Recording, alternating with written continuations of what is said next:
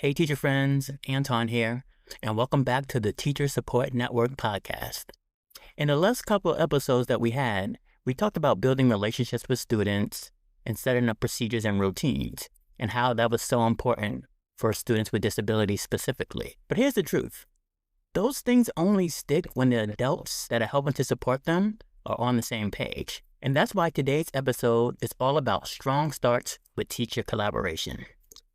So whether you're just kicking off a new school year or looking to reset mid-year, collaboration with your co-teacher, your teaching partner, your support staff, and instructional assistants, it's what helps you stay strong and steady, because when the adults are aligned, students notice and they thrive. So let's first talk about clarifying priorities together.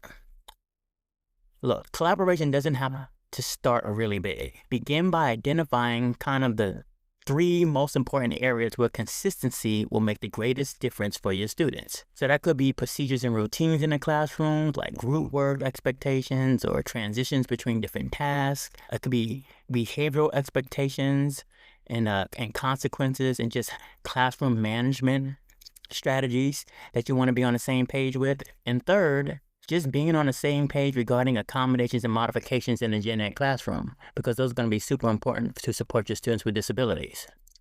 Even aligning on a few of these that I just discussed, and there's plenty more, helps build trust with students.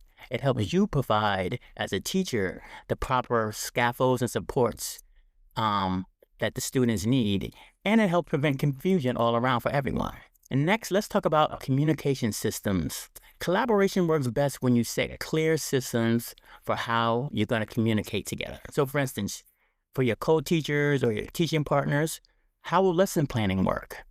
Who's going to take the lead on lessons and instruction during certain times of the week?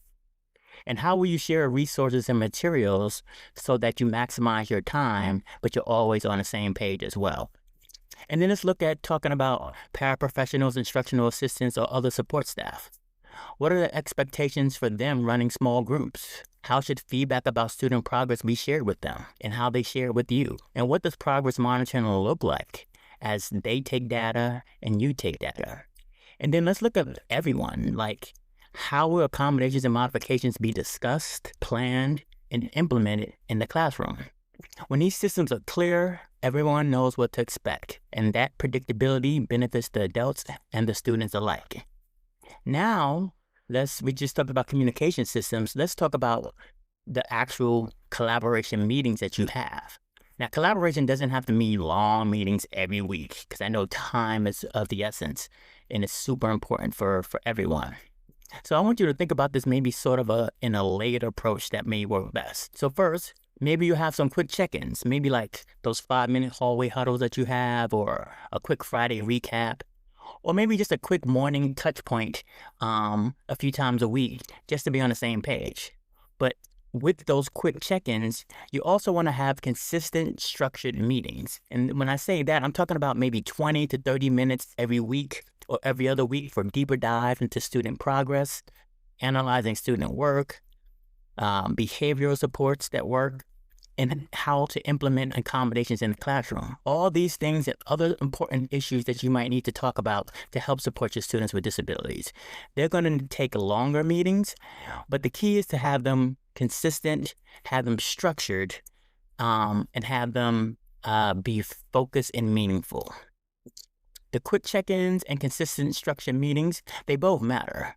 The quick touch points keep communication alive, while the structured meetings help you grow and adapt as students change. And now let's talk about normalizing adjustments. That's what I kind of call this. I want to give you some encouragement, because collaboration isn't about getting it perfect once and never revisiting it. Students' needs shift. Class dynamics change. Teachers' schedules change or get shifted. How many times has that happened with you? You had one schedule at one point and then somebody's moved or your schedule's changed. So what I want you to do is to embrace the times when you have to pivot in your collaboration strategy and your collaboration efforts. Coming back to the table to adjust isn't about being a failure and not getting it right at the beginning. It's really about smart, effective collaboration and being flexible and being able to shift and adjust as the year adjusts, as your schedules adjust, as the needs of your students change. And so think about that collaboration. You might have to come back to the table many a times just to shift the time when you're able to meet and to come together to help support your students. So whether you're working with a co-teacher or a teaching partner, or you're working with instructional assistants or other support staff, I want you to remember this. Collaboration really isn't about perfection. It's about partnership. It's about teamwork. And when adults are aligned and consistent, students notice, and them noticing it and the supports that you give them that are consistent across the board, they can really begin to thrive academically and socially. So before we wrap up this episode, I got something I want to share with you. If you're looking for an easy way to kickstart collaboration, grab my free Gen Ed and SPED Teacher Collaborative Conversations Guide. It's filled with 10 simple question prompts to help you set a tone for teamwork and collaboration. And if you want to go deeper, check out my Collaborative Meeting Templates Pack. It's a simple tool with ready-to-use topics, guided questions, agendas, and next step action planning templates that make your collaboration meetings smoother and more effective. And that way you can really stay focused and aligned without wasting a lot of time. Both of those are going to be linked in the resource section of the show notes for this episode. And that's it for now. So until next time, have a blessed week and be encouraged. I'll see you on the next episode. Bye.